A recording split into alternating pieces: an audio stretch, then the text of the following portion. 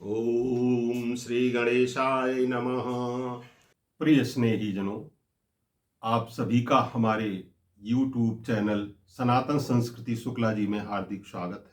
आज हम आप लोगों के समक्ष भगवान राम के पुष्प वाटिका प्रवेश की कथा का वर्णन कर रहे हैं। महर्षि विश्वामित्र के आश्रम से आगे चलकर गुरु जी के साथ भगवान राम और लक्ष्मण गंगा जी के तट पर आते हैं। गंगा जी के धरती पर अवतरण की कथा गुरु विश्वामित्र जी भगवान राम और लक्ष्मण को सुनाते हैं कि किस प्रकार इक्ष्वाकु वंश के 4 प्रतापी राजाओं के द्वारा तपस्या किए जाने पर मां गंगा का धरती पर अवतरण हुआ था। भगवान राम, लक्ष्मण और तमाम मुनिवृंद उनके साथ गंगा में स्नान करते हैं। तत्पश्चात वहां से पुष्प वाटिका मिथिलापुरी के लिए प्रवेश करते हैं। मिथिला नगरी भक्ति की नगरी है, परम पावन नगरी है। वहां के सब पुरुष बहुत ही सज्जन हैं, साधु हैं, सरल चित्त वाले हैं, भक्ति के स्वरूप हैं। महर्षि विश्वामित्र एक अमराई को देखकर, एक आम के बाग को देख करके जो उनको बहुत सुंदर लगता है, भगवान राम को वहां रुकने के लिए कहते हैं। गुरु आज्ञा से सभी लोग, मुनि ऋषि और भगवान राम अपने अनुज के साथ गुरु के सानिध्य में रुकते हैं। उसी समय विदेहराज जनक जी को गुरु विश्वामित्र के आगमन के बारे में सूचना मिलती है। तो विदेहराज जनक गुरु के पास आते हैं अपने सचिवों के साथ, ब्राह्मण जनों के साथ, तमाम श्रेष्ठ जनों के साथ, अपने जाति के श्रेष्ठ जनों के साथ, अपने पवित्र स्वामी भक्त मंत्रियों के साथ, और आकर के गुरु विश्वामित्र जी की पूजा करते हैं, उनका स्वागत करते हैं, उनके चरणों में अपना शीश झुकाते हैं। गुरु विश्वामित्र उनसे कुशल प्रश्न पूछते हैं। उसी समय राम और लक्ष्मण दोनों वहां आते हैं। उन दोनों की सुंदरता को देख करके विदेहराज जनक, मिथिलाधिपति, एकदम भौचक्के से रह जाते हैं। उनको अपने सुध बुध नहीं रहती है। जिनको विदेहराज कहा जाता है उनको बिल्कुल एकदम वो आश्चर्यचकित हो जाते हैं उनकी सुंदरता को देख करके, उसी आनंदातिरेक में निमग्न हो जाते हैं। फिर ब्रह्मर्षि से वो प्रश्न करते हैं कि हे ब्रह्मर्षि, ये दोनों बालक कौन हैं? क्या ये किसी राजकुल से संबंधित हैं या मुनिकुल से संबंधित हैं? विश्वामित्र जी कहते हैं कि इस धरती पर जितने चर अचर हैं, जितने जीव हैं, सब कुछ इनकी सुंदरता को देख करके पुलकायमान हो जाते हैं, सब इनके प्रेम में डूबे हुए हैं। उसी समय भगवान राम गुरु की मनोदशा को भाप करके मुस्कुरा देते हैं। गुरु भी भगवान की मुस्कुराहट को समझ करके उस प्रसंग को वहीं पे छोड़ देते हैं और कहते हैं, ये दो दशरथ के ढोटा, बाल मरालनी के कलजोटा, मुनि कौशिक मख के रखवारे, जिन रन अजर निशाचर मारे। ये दोनों जो बालक हैं, ये चक्रवर्ती राजा दशरथ के पुत्र राम और लक्ष्मण हैं। इनको हमने महाराज दशरथ जी से मांग करके अपने यज्ञ की रक्षा के लिए लाया हुआ था। इन्होंने हमारे यज्ञ की रक्षा की, तमाम निशाचरों का वध किया। महाराज विदेहराज जनक सुन करके बहुत प्रसन्न होते हैं और ब्रह्मर्षि जी से कहते हैं, हे गुरुदेव, आप राजकुंवर के साथ आए हुए हैं, इसलिए आप राजोचित सदन में चलिए। यहाँ पे एक बहुत सुंदर महल है, उसी में चलिए, आप निवास कीजिए। महर्षि विश्वामित्र भगवान राम और लक्ष्मण के साथ विदेहराज जनक के उस सदन में जाते हैं, वहां विश्राम करते हैं, भोजन होता है। दोपहर विश्राम के बाद सायं 4 बजे फिर कथा हो सुनाते हैं वेद पुराणों की। लेकिन लक्ष्मण का मन वहां नहीं लगता है। लक्ष्मण की इस दशा को देख करके उनके बड़े भाई राम गुरु जी से कहते हैं, हे गुरुदेव, लक्ष्मण नगर भ्रमण करना चाहते हैं। कहते हैं, जो राउर आयशु में पाऊं, नगर दिखाई तुरत लई आवऊं। हे गुरुवर, यदि आपकी आज्ञा हो तो मैं अपने छोटे अनुज लक्ष्मण को नगर का दर्शन करा के ले आऊं। गुरु विश्वामित्र सोचते हैं ये दोनों जब एक साथ आए हुए हैं, मेरे साथ ही आए हुए हैं, तो ये नगर के बारे में क्या जानते हैं। गुरु जी को आभास है कि ये धर्म धुरंधर हैं, ये नीति के पालक हैं। ऐसा सोच करके गुरु विश्वामित्र उनसे कहते हैं कि ले जाओ, इन्हें दर्शन करा करके ले आओ। कहते हैं गुरु जी कि हे राम, जाओ अपने अनुज को ले जा करके इनको नगर को दिखा लाओ। भगवान राम अपने भैया लक्ष्मण के साथ नगर की तरफ जाते हैं। वे जिधर से भी, जिस गली से भी प्रवेश करते हैं, उसी तरफ भगवान राम और लक्ष्मण की छवि को देख करके सब लोग इतने पुलकित हो जाते हैं कि जो काम, जो जहां कोई जिस काम को कर रहा उसको छोड़ करके सब इनको देखने लगते हैं। जहां देखिए किसी को अपनी सुध बुध रहती ही नहीं है। सब लोग उनकी प्रशंसा करते हुए उनमें से कुछ कहता है कि को कह जो भले अहि विधाता, सब कहाँ सुनिए उचित फलदाता। तब जान किए बिलहि बरुएहु, नाही ने आली इहाँ संदेहु। जो विधि बस अस बनई संजोगु, तब कृत कृत्य होई सब लोगु। सखी हमरे आरती अति ताते, कबहु के ये आवे यही नाते। सब लोग कह रहे हैं कि यह विधाता ने यहाँ पे उनको भेजा हुआ है, निश्चित ही वो कुछ हम लोगों का, हम पूर्ववासियों का भला चाहते हैं। जो इन्होंने इनको यहाँ भेजा, हम लोगों को कुछ उचित फल मिलने वाला है। ये हमारे पूर्व जन्मों का फल है कि विधाता ने इनको यहाँ भेज दिया है। यह कोई संजोग बना हुआ है। लोग आपस में इन्हीं के बारे में बातें करते हैं। ठीक उसी समय माता सुनैना की आज्ञा पाकर माँ भगवती परमम्बा किशोरी जी अपने 8 सखियों के साथ पुष्प वाटिका में वो भी घूमने आती हैं। अपने अपने अनुकूलता के अनुसार सभी सखियां नगर का दर्शन करती हैं। जिसको जैसा लगता है, जो जो देखना चाहता है उस हिसाब से देखते रहती हैं।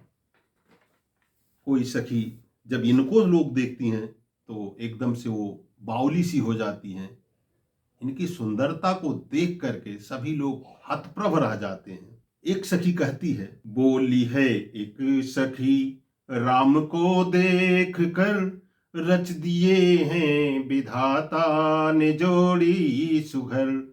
पर धनुष कैसे तोड़ेंगे वारे कुंवर, पर धनुष कैसे तोड़ेंगे वारे कुंवर। सब में शंका बनी की बनी रह गई, सब में शंका बनी की बनी रह गई।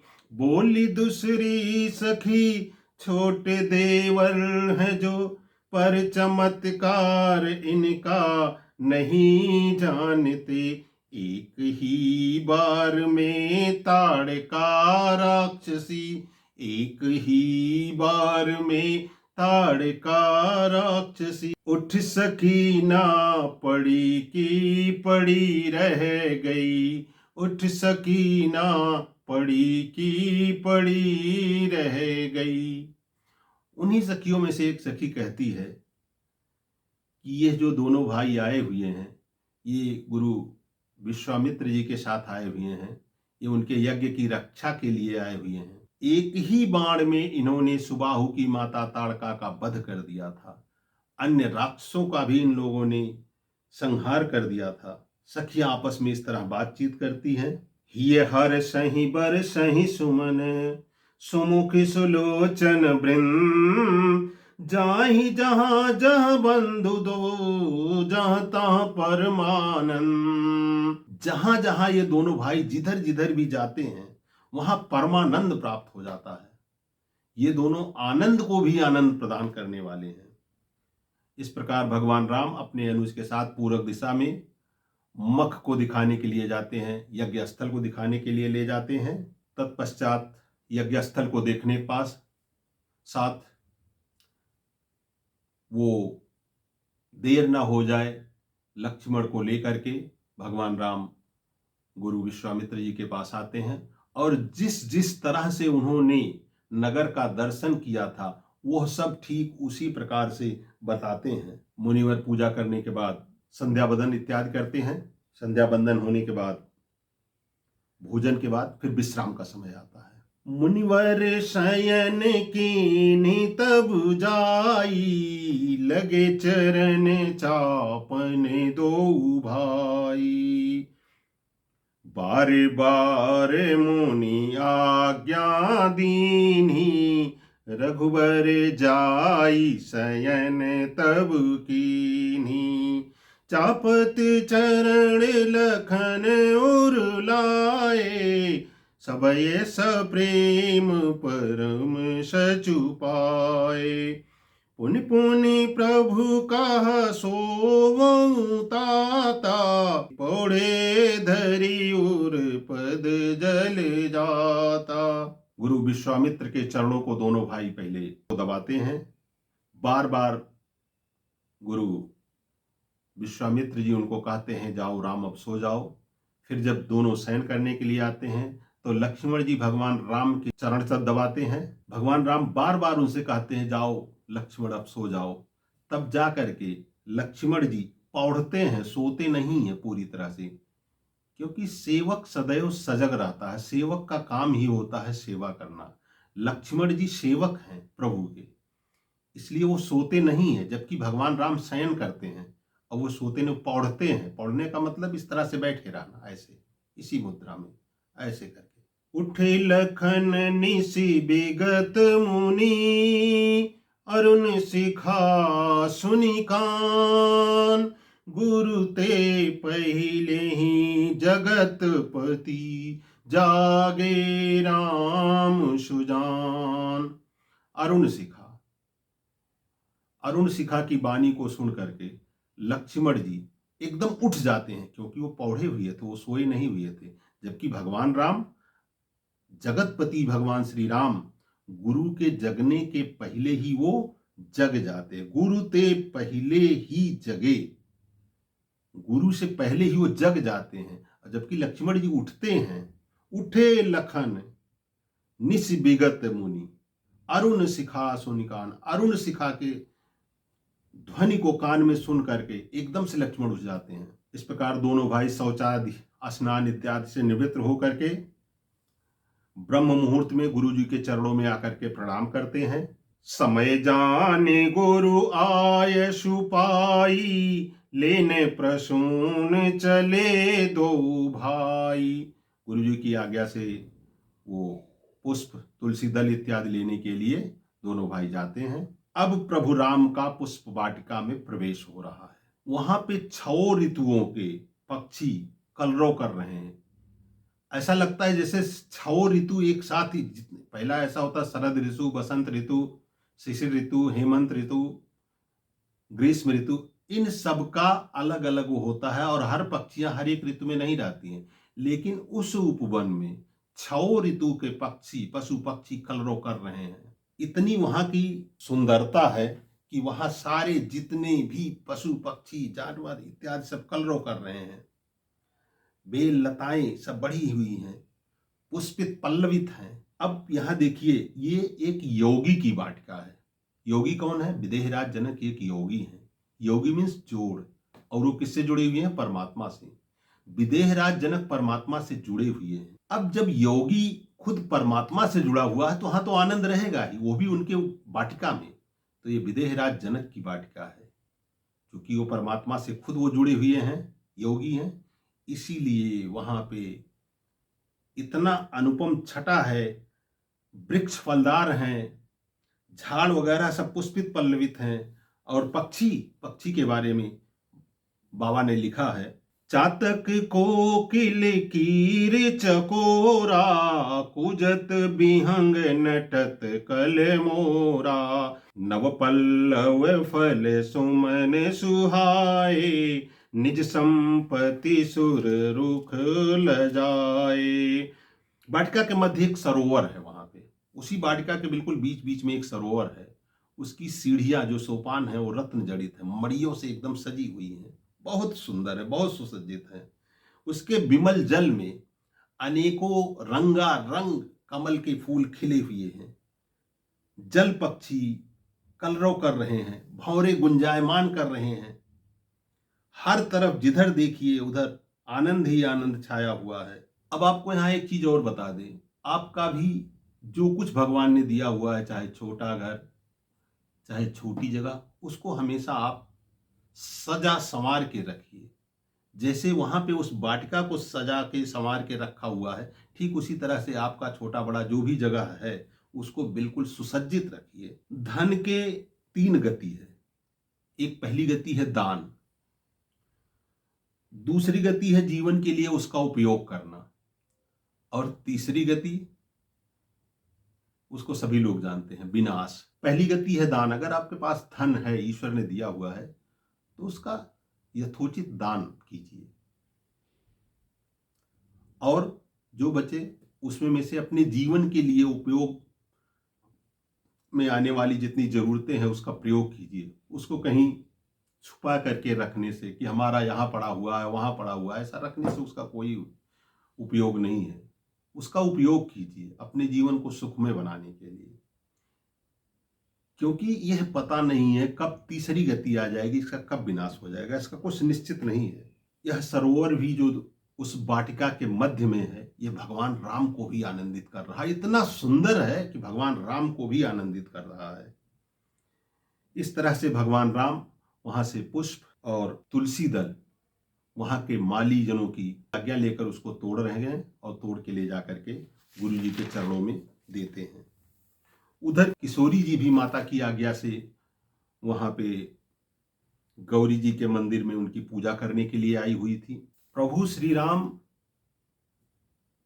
उस वाटिका के किनारे किनारे जो पुष्प और फल इत्यादि फूलों के जो तमाम वृक्ष हैं, उनमें में से वहां के माली जनों से आज्ञा लेकर के पुष्प तोड़ते हैं। किसी भी जगह जाने से पहले वहां का जो मालिक है उससे आज्ञा लेना जरूरी है, चाहे वो पुष्प हो चाहे फल हो, जो भी हो, कोई भी चीज अगर आप वहां का ले रहे हैं तो उससे आज्ञा लेना जरूरी है। भगवान राम चारों तरफ देखते हैं, देखने के बाद जब मिलते हैं मालीजन तो उनसे कहते हैं कि मुझे पुष्प चाहिए पूजा के लिए, गुरुजी ने मुझे भेजा है, मुझे तुलसी दल चाहिए। फिर वो पुष्प तोड़ते हैं और तुलसी को उतारते हैं। तुलसी का पत्ता कभी तोड़ा नहीं जाता, तुलसी दल उतारते हैं। उसी समय माता किशोरी जी भी अपनी माता सुनैना की आज्ञा से गिरजा पूजा करने के लिए आई हुई हैं। उसी सरोवर के किनारे भवानी माँ का एक बहुत ही सुंदर मंदिर बना हुआ है। माता जानकी जी अपनी सखियों के साथ सबसे पहले उस सरोवर में स्नान करती हैं। स्नान करने के बाद पूजा करने जाती हैं सभी सखियों के साथ। इसी बीच उन सखियों के मध्य से एक सखी उस फुलवारी को देखने के लिए जाती है, बिछुड़ जाती है, वो अलग चली जाती है। जाते ही उसे इन दोनों भाइयों का दर्शन होता है, भगवान राम और लक्ष्मण के। उनको देख करके उनकी सुंदरता में वो खो जाती, हतप्रभ हो जाती, वो कुछ बोल नहीं पाती है। इतना प्रेम में वो डूब जाती है, कुछ बोल नहीं पाती, और वहां से भागती हुई अपनी सारी सखियों के पास आती है और कहती है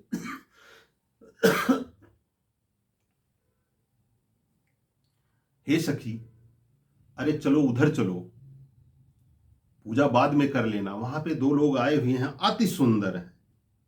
प्रेम के वशीभूत होकर वह सीता जी के पास आती है, कहती हे सखी आप वहां चलिए, बहुत सुंदर 2 भाई आए हुए हैं जो कल शाम को भी आए हुए थे। माता जी के मन में भी भगवान राम के दर्शन की इच्छा होती है।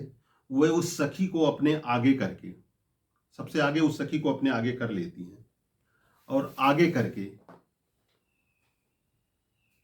भगवान राम के दर्शन करने के लिए उसी तरफ जाती हैं जिधर वो सखी बताई थी। वहां जाने के बाद दूर से ही सखी उनकी तरफ इशारा करती है। ये जो श्यामल गौर शरीर वाले हैं ये राम हैं, और जो गोरे वाले हैं वो लक्ष्मण हैं। दोनों का परिचय होता है। यहाँ किशोरी जी को भगवान का बहुत ही मधुर दर्शन होता है, दिव्य का दिव्य से दर्शन होता है। दोनों ही दिव्य हैं, अलौकिक हैं। एक दूसरे को देखते देखते दोनों खो जाते हैं।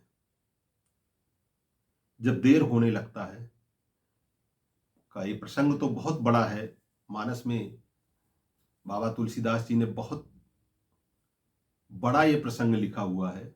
मैं आपको संक्षेप में कहता हूं।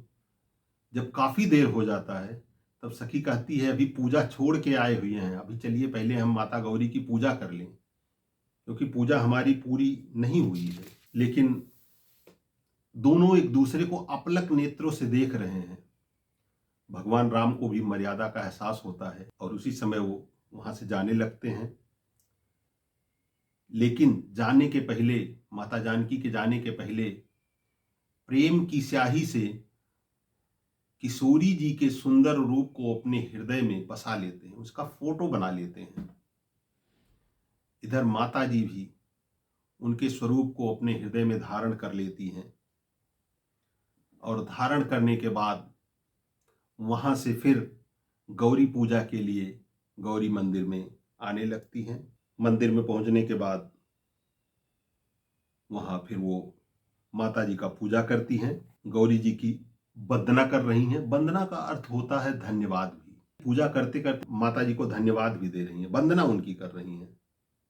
माता जी उनका वंदना करते हुए कहती हैं, जय जय गिरिवर राज किशोरी, जय महेश मुख चंद चकोरी, जय गज बदन षडानन माता, जगत जननी दामिनी दुति गाता, नहीं तव आदि मध्य अवसाना, अमित प्रभाव वेद नहीं जाना, भव भव विभव पराभव कारिणी, विश्व विमोहिनी स्वबस विहारिणी, पति देवता स्तुतीय महु, मातु प्रथम तव रे, महिमा अमित न सकहि कही, सहज सारे जासे।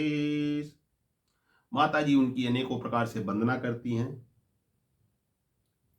और कहती हैं कि हे गौरी माता, आप अपने पति देव को बहुत प्रिय हैं। जिस प्रकार से आप पुरारी प्रिय हैं, जिस तरह से आप वरदायिनी हैं, तो माता जी आप मुझे भी वरदान दीजिए कि मैं भी, जैसे आप शिव प्रिया हैं, ऐसे मुझे भी आशीर्वाद दीजिए कि मैं राम प्रिया हूं। प्रियता अनुकूलता से ही होती है। माता जी ने अनुग्रह किया था। गौरी माता बहुत खुश हुई, बहुत ज्यादा खुश हुई।